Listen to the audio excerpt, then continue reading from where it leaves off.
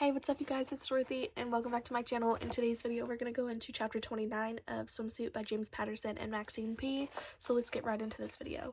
This video may contain sensitive topics and foul language. If you do not wish to continue, I suggest you click off the video now. You have been warned. Chapter 29. A heavy-set female officer barreled toward the doorway as I stood there like a stump trying to absorb that Levon had assaulted a cop, shoved him, thrown him down, cursed at him, and said it felt good. Now Jackson was on his feet and Levon was still panting. The woman cop yelled, "Hey, what's going on?" Jackson said, "We're fine here, Millie. Lost my balance, gonna need a new chair." And he waved her off. Then he turned back to Levon, who was shouting at him, "Don't you get it? I told you last night. We got a freaking phone call in Michigan. The man said he took my daughter, and you're trying to say Kim's a tramp?"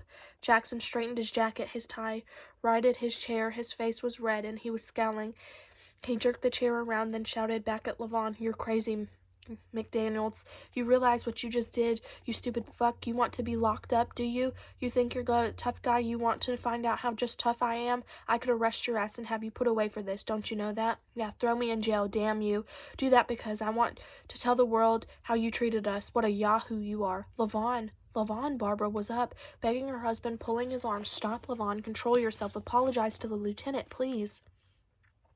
Jackson sat down, rolled his chair up to the desk, said, "McDaniels, don't ever put a hand on me again. Due to the fact that you're out of your fucking mind, I'll minimize what just happened in my report. Now sit down before I change my mind and arrest you."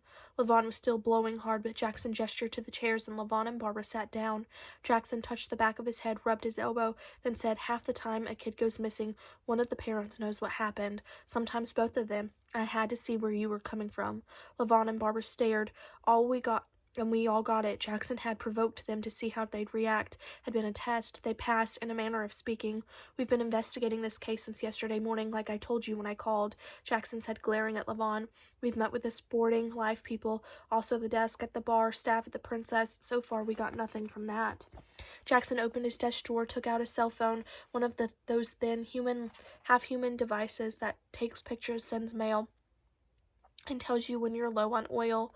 "This is Kim's phone," Jackson said. "We found it on the beach behind the Princess. We've dumped the data and found a number of calls to Kim from a man named Doug Cahill."